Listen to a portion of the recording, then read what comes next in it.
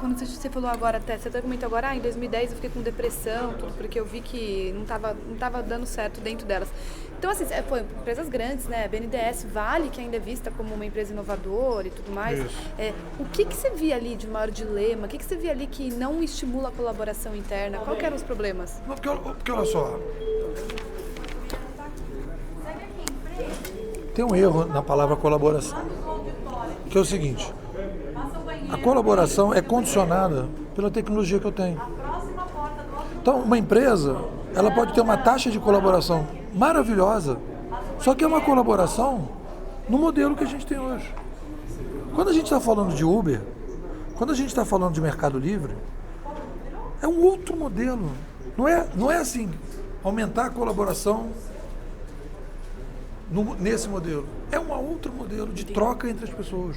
Então, o que a gente está criando? A gente está criando um modelo em que as organizações elas têm capacidade de...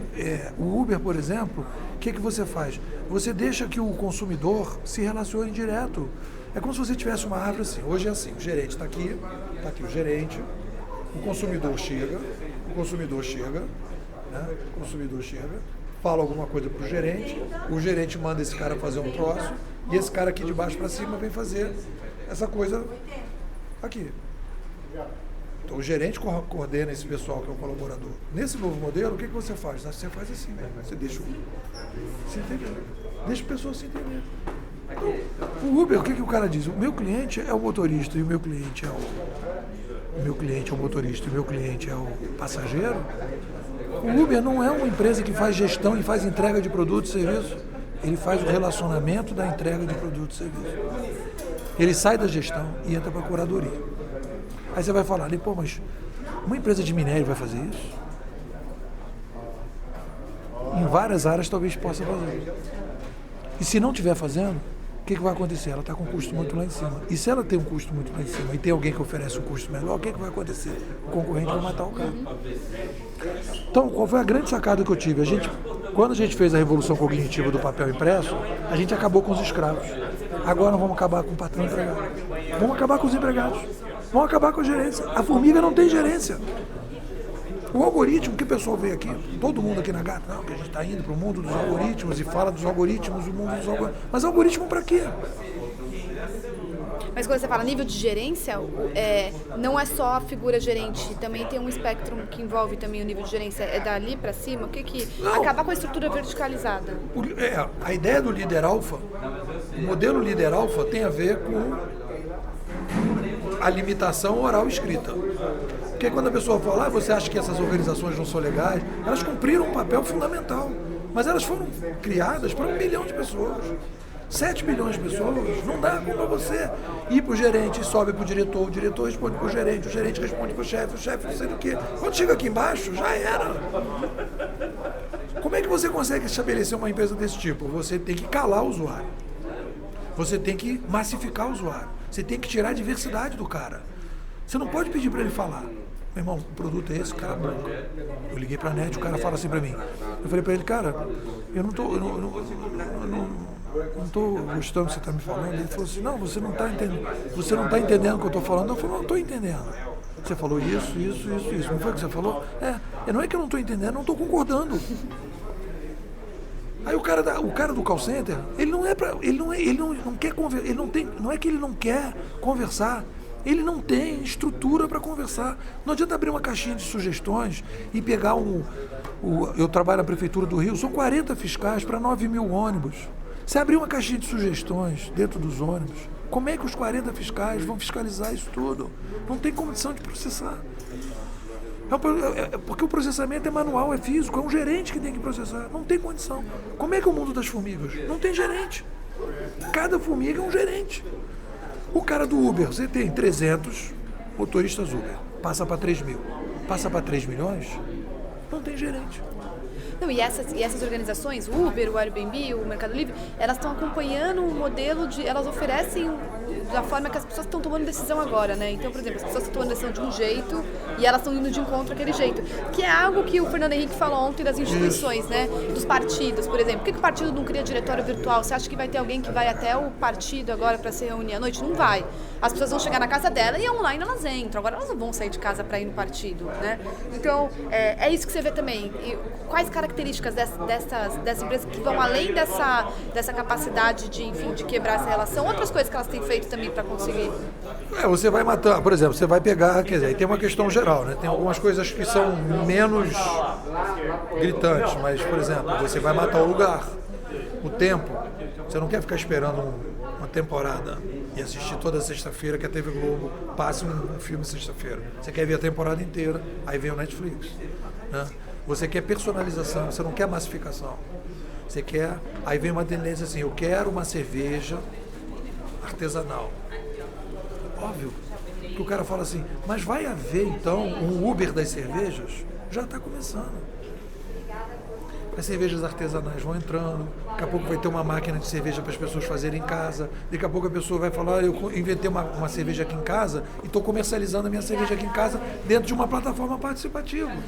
Pô, a cerveja que esse cara inventou, ele botou um gengibre, botou um negócio diferente e as pessoas começam a vender. O cara vai vender ali no bairro dele, vai mandar para as pessoas e tal, ou ele vai vender a fórmula que ele fez. Então você vai começar um processo de descentralização muito grande. Toda vez que a gente aumenta o pico demográfico, é engraçado assim. Eu desenvolvi então essa teoria que eu chamo de complexidade progressiva. Muda completamente a maneira de ver o ser humano. Eu não posso dizer que fui eu, mas fui curador de um grande debate, e já tem mais de 2.000 pessoas, pela internet, etc. Então o que é a complexidade progressiva? O ser humano é a única espécie do planeta que não pede licença para ninguém para crescer. Se a gente parar para pensar nisso, você vai dizer, é verdade. Não é verdade? Não tem lógica isso? É que a gente não para pensar. O lobo não cresce. Se passar de um negócio, ele sai matando os filhotes, quer saber, cara. Então o que acontece? A partir de 1500 nós viramos uma espécie planetária. Já acontecia isso com os incas, com os astecas, não sei do que. Morre 1 milhão, morre 2 milhões. O nego não tá nem aí. Não sai na televisão, ninguém quer saber, não tem Cruz Vermelha, não tem médico sem fronteira, não tem nada. O cara morria lá 3 milhões, morreu, acabou. Não via, isso não era evidente. Agora a gente virou uma espécie planetária. E nós saímos de 1 para 7 bilhões. Aí você vem aqui para um evento como esse, você vai fazer uma discussão sobre isso, ninguém fala de 7 bilhões de pessoas. Peraí. Você quer um fenômeno mais marcante na história das organizações, você sair de 1 para 7. Então é isso que é a grande. Então a grande mudança da sociedade é termos 7 bilhões de pessoas. O resto tudo é ajuste em relação a isso. Então o que você tem que olhar? Tem que olhar para a coisa mais importante. Nós somos uma espécie que tem uma complexidade progressiva. Aumentou a complexidade. O modelo da escola, da política, da justiça, do hospital, etc., de tudo ficou obsoleto. Aí você vai perguntar, por que não aconteceu há 20 anos atrás? Porque não tinha internet. Então o futuro é integrar esses 7 bilhões. Então a gente podia falar no futuro das plataformas e não de organizações, e não de empresas, e não de... As organizações... O Uber é uma organização. Não, mas aí você vê o Uber mais como plataforma ou como organização? É uma organização no modelo plataforma. Tá. Ainda a semântica organização, você acha que ela faz sentido? Porque acontece o seguinte, se a gente entender a organização como pessoas responsáveis por resolver os problemas de demanda da sociedade, sempre vamos ter. Porque plataforma é só conexão, é isso? A plataforma é o modelo em que esta organização resolve o seu problema. Então, ela sai do modelo piramidal e entra no modelo plataforma. Ela sai da gestão e ela entra na curadoria. Ela sai da relação empregado-patrão e ela entra numa relação micro-fornecedor com micro-consumidor. É para isso que a gente está... É isso que gera valor. Então, se é organização. Aí você vai falar, mas como é que uma organização... E foi essa a minha quebra de cabeça. Cara, como é que eu resolvo esse problema, cara? Eu via que não era mais para funcionar, como é que eu resolvo?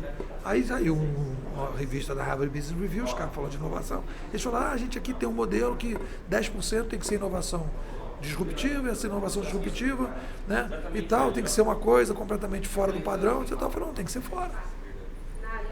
Aí deu a luz. Então, estou há 3 anos construindo lá um projeto na Prefeitura do Rio, que é um laboratório de inovação participativa, que foi a primeira vez que a gente conseguiu implantar a metodologia nova. Já tinha tentado várias vezes em várias organizações. Dentro da organização não funcionou. E lá funcionou parcialmente. E aí que eu cheguei à conclusão. E o que eu estou contando para você é tudo relação. Não é que eu estou lá em casa sonhando, acordei de manhã, não acho legal isso. É teste em cima de teste? Teste em cima de teste, discussão em cima de discussão. E aí ele funciona paralelo ao trabalho Paralelo. Então isso foi a grande vantagem. Primeiro, é um grupo paralelo, foi um grupo fora, criou uma portaria separada, as pessoas trabalham fora, não está dentro da estrutura, é ligado diretamente a presidente para fazer inovação, etc. Foi um salto de qualidade, as pessoas começaram a discutir. A gente está discutindo aplicativo e táxi e Uber, não sei o que, há muito tempo. Já levei lá o pessoal do Táxi Beat e tal. O pessoal criou uma cultura. Onde eu acho que foi o erro ali. Que agora se eu fizesse de novo, não faria desse jeito. Você precisa criar uma relação direta do consumidor com o negócio. O servidor público continua ligado a um chefe. Lá o cara trabalha por voluntário, é um horário separado. Então eu não acredito mais na possibilidade.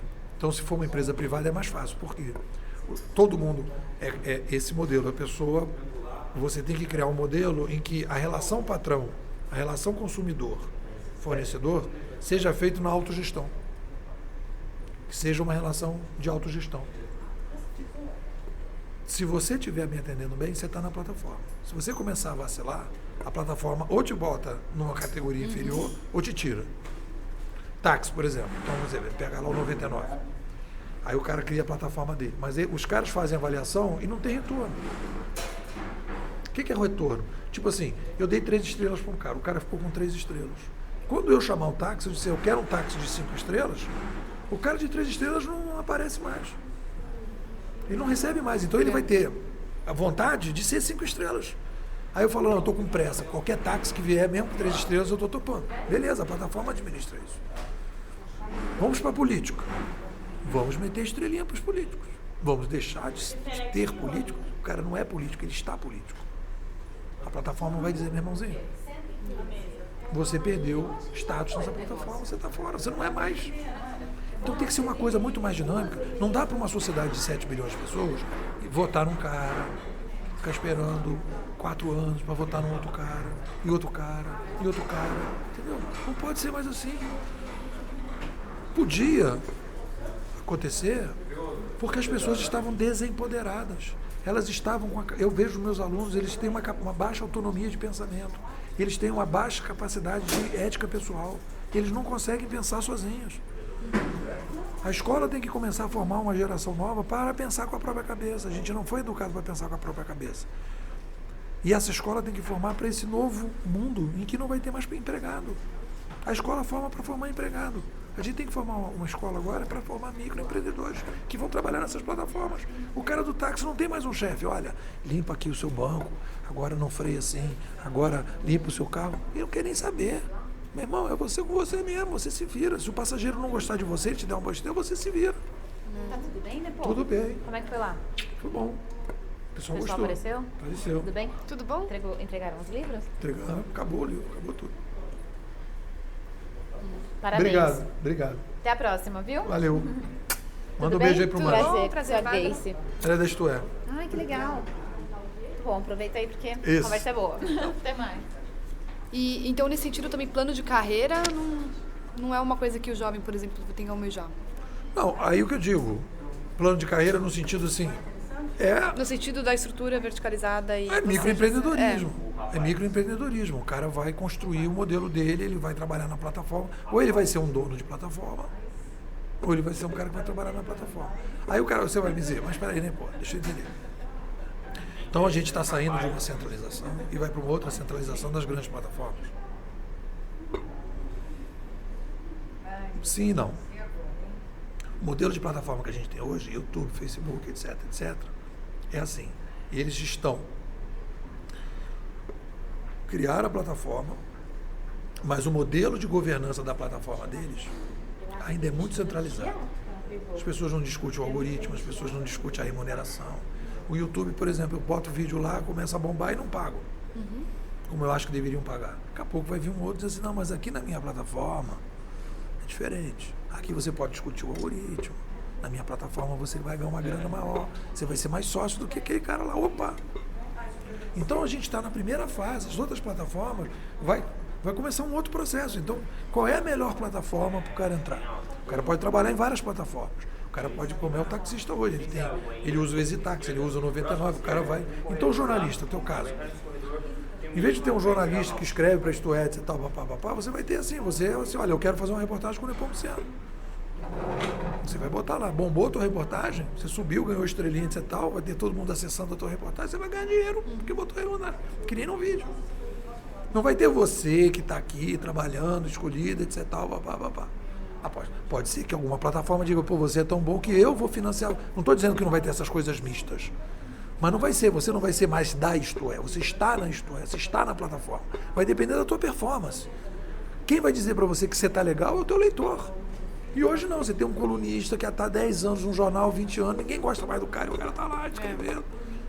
Mas aí a minha grande dúvida nessa questão é como que você prepara o líder mesmo, os líderes que vão conduzir esse processo nas organizações? Porque às vezes pra gente dá a impressão de que, putz, uma geração inteira vai ter que ser trocada para conseguir pensar de outra forma. E é uma coisa que a gente vê no próprio jornalismo, nos nossos chefes, né?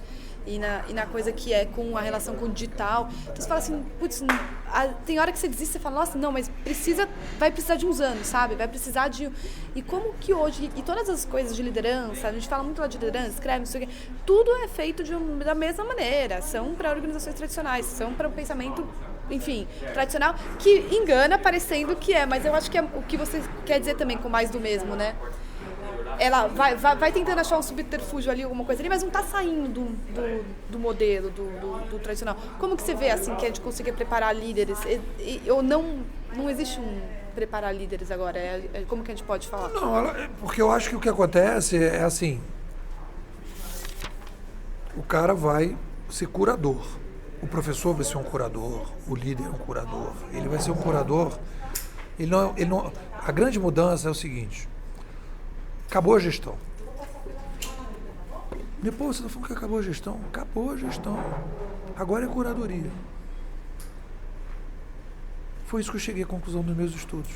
Foi por isso que eu resolvi estudar em casa, foi por isso que eu resolvi, porque eu olho para as coisas, eu não tenho compromisso. Por exemplo, a Gartner tem 3.000 funcionários. Ela tem um compromisso com uma opção de coisa, etc. Papá, e ela, obviamente, que vai ser muito mais moderada do que eu sozinho em casa pensando as coisas. Mas eu tô tentando trabalhar na desintoxicação, olhando para a desintoxicação. Olhando para a desintoxicação e vendo assim, o que realmente está acontecendo. E aí eu fui caminhando, etc. Então, na minha avaliação, acabou a gestão. Por que eu digo para você que acabou a gestão? Porque quem está ganhando dinheiro não está fazendo gestão. E quem está fazendo gestão não está ganhando dinheiro. Então o que você vai falar assim, pô, mas vai demorar, etc. Vai demorar dependendo da área do cara. Dependendo dos empreendedores. Porque o empreendedor hoje, por exemplo, quando eu comecei a estudar, no meu livro aí tem um capítulo inteiro sobre táxi, em 2013 eu escrevi sobre essa história dos táxis. E já dizia que as coisas, você vai ver aí, 2013, os aplicativos que fazem avaliação, fazem a diferença, etc, etc, etc. Veio o Uber, o TaxiBit que eu tinha dito que era o modelo, não, eu sempre disse, era o modelo, não caminhou e as pessoas também, TaxiBit, não sei o que, foram os outros e tal, veio o Uber, que a base do Uber é o quê? Era aquilo que eu tinha falado, tá aí no livro, você vai ler. Então, o caminho está nessa direção, esse é o macro cenário. Então, o que a organização tem que olhar? O que a organização faz? A organização trabalha com o quê? Estratégia indutiva, micro história, não consegue ver o que está acontecendo. Então, o que eu sugiro? Vai para a macro história, vai para a estratégia dedutiva. Os grandes líderes, o que eles têm que fazer? Eles têm que pegar os nepomucenos da vida e ouvir esses caras. Porque o cara, o que ele quer ver? Ele quer ler a matéria do valor, ele quer ler o Isto É Dinheiro, ele quer ler vir aqui na Gartner, etc. Papai, ele quer assim, é como se ele fosse assim. Eu quero ouvir, eu quero escutar tudo aquilo que vai reforçar a minha visão. Eu fiz a teoria Uber. Eu estou sozinho. Só que quando eu digo as coisas, o cara vai dizer, eu falo assim, apresenta onde é que eu estou. Mas no dia a dia, como que ele vai conseguir implementar isso? Laboratório. Ele vai olha só, minha empresa continua funcionando tudo do jeito que estava, eu vou deixar de ficar gastando dinheiro com rede social corporativa, querer conversar com as pessoas pelo Twitter, que é impossível, conversar com as pessoas pelo Facebook, que é impossível, começar a abrir não sei o que, esquece isso, não bota dinheiro nisso e coloca dinheiro na ideia da curadoria. Faz separado, abre uma startup, abre uma área separada, pega dinheiro fora com o investidor, e vai experimentando isso. Vê aonde que pode fazer e começa a dar. Essa startup tem o objetivo de matar a velha empresa. E esse cara continua na organização dele gerando dinheiro. Não vão acabar as organizações, mas essas organizações piramidais não têm futuro. Porque existe um modelo, isso acontece na história, nas revoluções cognitivas. Quando você cria um modelo, por exemplo, quando criamos os modelos da indústria, acabaram os escravos. Quem que acabou com os escravos? A indústria. O cara tirou o cara da escravidão e botou o cara para ser empregado. Agora nós vamos tirar o cara do empregado e vamos colocar ele como se fosse um microempreendedor dentro das plataformas.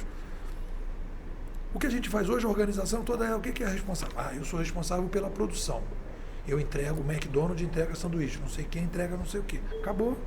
Você vê que o McDonald's já tem um pouco essa visão assim, meio franquia, né? Já tem uma coisa de franquia. Mas é no mesmo modelo. É um tipo de franquia de plataforma. Que a pessoa não é mais responsável pela entrega do produto. É muito complexo, não dá. E nessa organização, digamos, essa governança das formigas agora, que usando o seu termo, não tem meritocracia, por exemplo? Só tem meritocracia. Só tem meritocracia? Só tem meritocracia. Você escreveu uma matéria legal? Mas é uma meritocracia não, é uma meritocracia diferente, eu quero dizer. Não é uma meritocracia que tem por fim ascender. Ela tem Não. Porque não tem por fim se destacar individualmente. Não tem. Você acha que tem? Tem. O taxista que quer limpar o carro dele e ficar bonitinho, ele está querendo melhorar a performance dele. Mas você entende que é individual por ele mesmo? Não é dentro de um contexto, o melhor vai se destacar e todos os outros ficam abaixo? YouTube é assim, Twitter é assim, o TaxiBit é assim, o Uber é assim. O cara recebe a estrelinha. O problema que acontece hoje, olha a grande mudança da meritocracia. Quem que define a meritocracia? É uma pessoa. É o gerente. É.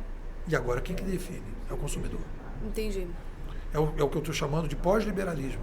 É o descentralismo. Eu chamo o meu movimento político, você perguntar, pô, você qual é a sua posição política? Eu sou descentralizador. Que é pós-liberal. É mais radical que o liberal. É descentralizador. É usar essas ferramentas para descentralizar o poder. Então, o que é o descentralismo? O mérito, você tem que definir quem vai definir. Aí você diz, o PT define que o critério é o trabalhador. O PSDB é o empresário. E eu acho que é o consumidor. A grande mudança política que vai acontecer é toda a força para o consumidor. A questão do Uber, quem tem que decidir é o consumidor.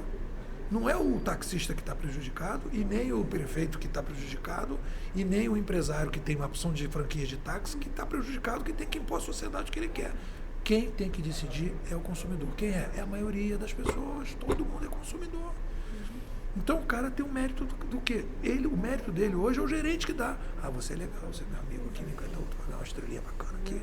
Então, mas amanhã, quando o cara perguntar o que você acha de mim, tu diz que eu sou legal, bacana, etc. É uma relação desse tipo. Quando você joga pro consumidor, meu irmão, se vira, cara. É o fim da camaradagem, né? Acabou a camaradagem. Que essa camaradagem é a camaradagem que botou a gente nesse buraco aí. Você bota a camaradagem, você bota a corrupção, você mostra corporativismo, você coloca tudo nesse saco. Tá entendendo? A falta de transparência. E o consumidor entra e diz, não, isso não é legal, não gostei de você, isso aqui por causa disso e tal. Aí você vai dizer, mas o consumidor vai virar uma ditadura do consumidor. Aí o algoritmo faz o negócio. Eu vou te contar uma historinha bem legal, bacana. Tava o taxista lá. Aí o cara falou assim, eu infelizmente não vou dar 5 estrelas pro senhor, não. TaxiBit, vou dar 3. Mas o senhor não gostou do meu táxi? Esse táxi é espetacular. O senhor não gostou da minha direção? Eu sou espetacular. Eu fiz um caminho que o senhor achou? Não. O senhor fez ótimo. Mas por que o senhor vai me dar 3 estrelas? Você acha que um vascaíno vai dar 5 estrelas para um flamenguista? Não, de maneira nenhuma. Aí você vai falar, eu sempre soube que isso não ia dar certo. É óbvio que o algoritmo, que nem média na escola, qualquer coisa, o algoritmo ele tem que sair do momento primitivo, ele tem que aprender culturalmente como é que o mundo funciona. Então o cara levou 10 5 estrelas e levou uma 0, é óbvio que esse 0 é uma coisa, ponto fora da curva, que o cara não vai levar em conta, né?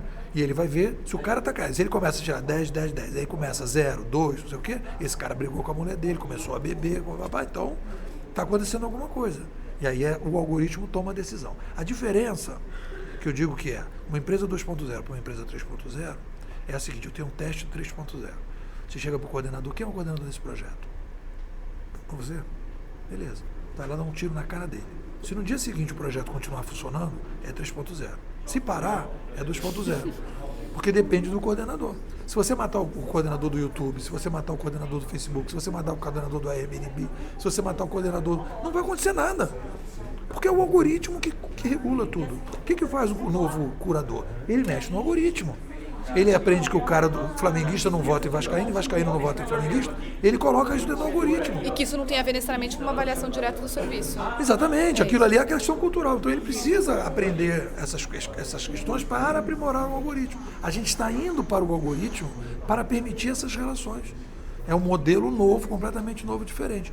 Obviamente que quando a gente fala esse tipo de coisa, muita gente vai começar a dizer, mas nessa área não sei do que é papá. Mas se você pegar serviço, mídia, toda a área de varejo, de comércio, de transação, etc, papá, começa a comer.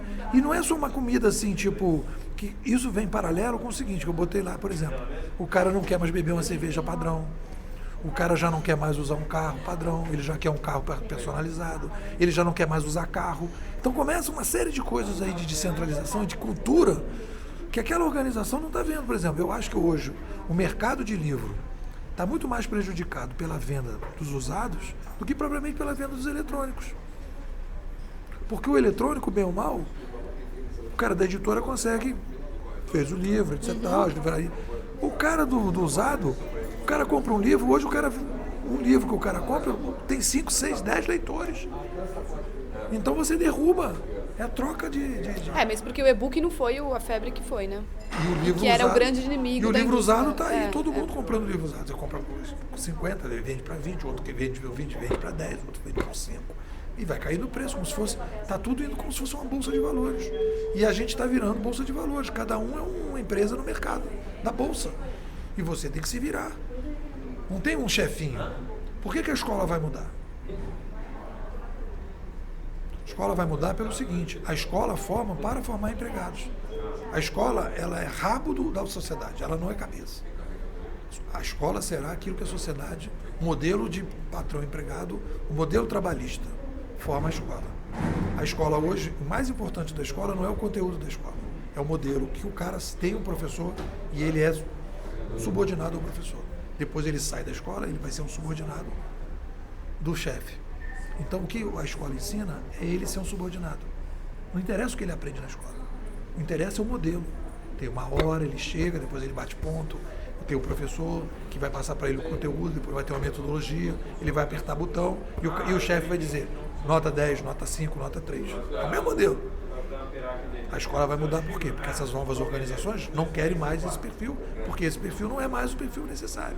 Esse cara não consegue resolver, não consegue trabalhar no modelo autônomo, vai ser um jornalista autônomo e se virar e ver o que vai fazer, tem que ser microempreendedor. Mas aí a empresa deixa de ter um papel em tudo, né, do empregado, né? Um papel de assistência, um papel de relações trabalhistas, de saúde, enfim, deixa de ser uma provedora de muitas outras coisas que além do salário do cara. E isso acontece, vai acontecer então. E aí você acha que não vira um caos também? Não, primeiro que isso não vai acontecer segunda-feira, isso vai acontecer. Aos poucos isso vai acontecendo, né? Mas eu acho que você, seu microempreendedor, você vai pagar o seu plano de saúde, você vai colocar isso no teu projeto, você vai colocar isso no teu preço. Então você vai aprender a se administrar. No fundo é o seguinte, é muito próximo da escravidão o empregado. É uma escravidão sofisticada. Você imaginar que o cara tem que depender de um cara, por que ele tem que depender de um cara para pagar o plano de saúde dele, para pagar as coisas para ele, etc. O cara vai ter a independência dele, ele vai fazer o que ele quiser com o dinheiro dele. É uma coisa que é um fortalecimento do indivíduo, uma descentralização. Toda vez que você tiver picos demográficos, vai demorar um tempo. A primeira etapa de um pico demográfico é que a sociedade se concentra. Você precisa massificar os produtos. E aí o que você faz? Você tira o poder do consumo. Você faz a massificação. E para isso você precisa culturalmente barfar a diversidade. Como é que você resolve o problema da diversidade? Você cria uma nova mídia, você descentraliza, e você cria um novo modelo, e você descentraliza de novo. Não era possível descentralizar no século passado. Agora é possível descentralizar. E quem não descentralizar não vai conseguir acompanhar o movimento. E a minha última dúvida é, por exemplo, se a gente pensar nessas empresas que nasceram disruptivas, mas elas vão ficando tão grandes que elas vão virando grandes organizações e elas têm aquele receio de cair voltar, sabe, em uma organização tradicional. Então a gente vê o Google, o Facebook gigantescos, mas internamente, com processos que a gente sabe que são parecidos com que nem outras organizações. A burocracia vai aumentando, por mais que eles falem que eles tenham medidas assim. Há um risco disso? Mas o Google, você vê, o modelo do Google é o seguinte, o Google é muito inovador em várias coisas, etc. Tal, mas o Google ele não é uma plataforma. Ele não tem criado plataformas. E aí ele vai entrar na crise, etc. Tal. Você vai ver que o Uber, o Airbnb não vão ter essa crise. Mas e o Facebook? O Facebook é um modelo. O Facebook, eu acho que o Facebook é mais plataforma.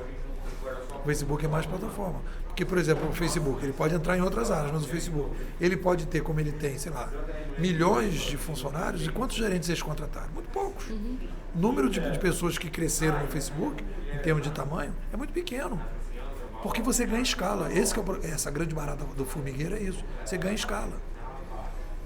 Aí você vai falar, mas o formigueiro tem rainha. Mas a rainha é que nem a Dilma, não manda nada. O cara não manda nada. Você acha, então, todos esses CEOs são, para inglês ver, a fachada da empresa? O que eles significam? Não, eles têm um direcionamento, eles vão ser o CEO da plataforma. Ele é um CEO da curadoria. Ele não é mais um CEO de internet. Ele não é operador. Exatamente, ele não é mais um operador. Ele é um gestor, ele é um curador de uma relação que acontece independente dele. Ele não diz o que você vai botar no teu Facebook, ele não diz o que você vai fazer no teu Facebook. Tá. E por curadoria, então vamos só estrinchar de um jeito mais... Por curadoria, a curadoria das empresas, enfim... Não é moderna que a gente vai falar, né? Das empresas que a gente quer visualizar daqui para frente. O que você definiria? Curadoria, assim, primeiro, você abandona a gestão, você não tem mais a empresa, a organização, ela não é mais responsável pelo produto final. Ela é responsável pelas relações entre clientes e fornecedores. Mercado Livre, estante virtual, Airbnb, Uber, aplicativo de táxi. Eles não são mais responsáveis pela empresa. Eles dizem assim, o problema é teu. O cara te avalia, se você estiver bem, ótimo. Se você não estiver bem, tchau. Acabou. A responsabilidade do gerente. Não tem mais gerente. Então, acabou. Qual é o... Então, essa é a primeira coisa. Você vai montar esse modelo. Então, o que o cara vai fazer? Ele tem que cuidar do algoritmo. Ele tem que ver se o algoritmo está funcionando. Ele tem que evitar o vandalismo. Ele tem que evitar a fraude. Essa que é a batalha dele. Essa coisa da fraude. O cara, por exemplo, começou a cair a estrelinha dele, ele só começa a pegar parente para subir a estrelinha dele. Aí um cara, de repente, sobe. Aí o algoritmo vai dizer que nem quando você compra um cartão. Opa, tem um troço estranho aqui. Aí vai chamar a atenção do cara, o cara vai, peraí, deixa eu entender o que está acontecendo. Então é um investimento muito forte. A sociedade que aqui o pessoal fala, a gente está indo para o algoritmo. Eu concordo 100% com esse diagnóstico. Mas o que é ir para essa sociedade do algoritmo? A sociedade do algoritmo é a sociedade da curadoria. Só que as pessoas estão falando assim, vai entrar o mundo dos algoritmos. Que é onde tudo vai ser comandado virtualmente, você não tem controle sobre isso. Mas o mundo dos algoritmos, nessa atual organização, não é possível. Então o que as pessoas têm que entender? A atual organização foi construída para uma sociedade sonora, baseada na oralidade e na escrita. Ótimo, batemos palma para todas essas organizações, mas com a complexidade de hoje, essas organizações não conseguem atender e competir com outras organizações que apresentam uma saída melhor. Enquanto não tinha alternativa, a gente ia no que tinha. Eu chamo isso de F5 civilizacional. Deu um F5 civilizacional, começa do zero. E tudo isso vai começar o modelo das organizações. Isso é uma característica de uma revolução cognitiva. É assim que nós somos. Isso que eu chamo de complexidade demográfica. que é a teoria que a gente está desenvolvendo. Se o cara não botar essa teoria da complexidade demográfica dentro da estratégia dele, macroestratégia, ele vai ficar ali tentando botar um algoritmo, procurar não sei do que, blá, blá, blá. Hoje se estima que quantos por cento, por exemplo, das organizações vivam, né, para usar o termo que você usa, dançando na orquestra do Titanic, né? Quanto? 90, 95? A gente está no início desse processo. Eu acho que 95% das empresas, elas não... Porque é muito complicado, porque é o seguinte, todo o modelo de estratégia do século passado, dos americanos, não sei o quê, tem um problema dos americanos, você vai perguntar, mas por que o americano, ele tem uma cultura filosófica e tal, que tem a ver com... que é maravilhosa para o tempo incremental. O americano vai na tentativa e erro, mas ele tem horror de falar de filosofia, horror de falar de teoria. Então, o que acontece? Ele está querendo usar um martelo para botar parafuso na parede. A melhor ferramenta hoje para a gente entender o que está acontecendo é a estratégia dedutiva. É ir para a macrohistória, pegar o pessoal da Escola Canadense de Comunicação que estuda mudanças de mídia desde não sei quando, entender o que é uma mudança de mídia, entender e tal, e dizer assim, olha, realmente parece que não tem saída aqui. O caminho é mudar o DNA da organização. Mudar o DNA da organização significa o quê? Significa que a gente então começa o projeto de colocar. Eu digo assim, essa é a minha certeza provisória. Eu estou trabalhando com isso há 10 anos. Já tive gente de todo tipo, gente desesperada que chegou para mim e falou, não, falei, cara, vamos argumente, mostra que assim dá certo. Funciona, onde está funcionando, de que forma. A Tecnisa fez um projeto de inovação com rede social corporativa, eu liguei para o cara e fui lá ver. Me diz uma rede social corporativa que está funcionando. Uma só. Se dizer assim, pô, isso que você está falando não tem nada a ver. Olha aqui, tal empresa, tá bom, tem uma rede social corporativa interna, tá bombando. Eu quero ir lá ver. Que aí eu vou dizer, realmente, tá bombando. Por quê? Porque não vai funcionar. Você pede para o cara colaborar dentro da organização, a colaboração não é a mesma colaboração. Uma coisa é a colaboração 2.0, outra coisa é a colaboração 3.0. Colaborar, trabalhar junto com o gerente em cima, trabalhar junto com o consumidor em cima. São duas coisas diferentes. No Rio, na prefeitura, tem algum projeto que você já pode falar, que vocês estão desenvolvendo? Não, a gente lá, o que aconteceu? Lá, o problema lá que aconteceu foi o seguinte, tem um aplicativo que eu uso, que a gente fez, tem 1000 discussões, criamos um laboratório, o pessoal fez um aplicativo de feira para fiscalizar a feira, etc, papá, nos debruçamos sobre essa questão. O problema é que ali no caso de uma prefeitura, é um projeto da empresa de tecnologia que não chegou ao prefeito. Teria que ir até o prefeito, isso é um projeto. O pessoal que trabalhava lá me chamou no Espírito Santo. Eu estive lá com o governador do Espírito Santo. Ele me convidou, eu fui lá com ele, conversamos e tudo, papá. Fiz uma palestra para todo o secretariado, ele adorou o livro, etc. Papá. Aí já foi o problema da crise financeira que a gente tem hoje. Né? Então, e o que eu digo é o seguinte, se você não tiver o apoio do topo, um projeto como esse não vai acontecer. É aí que entra o líder curador. Aí vem um líder curador, etc. Que tem uma noção, etc.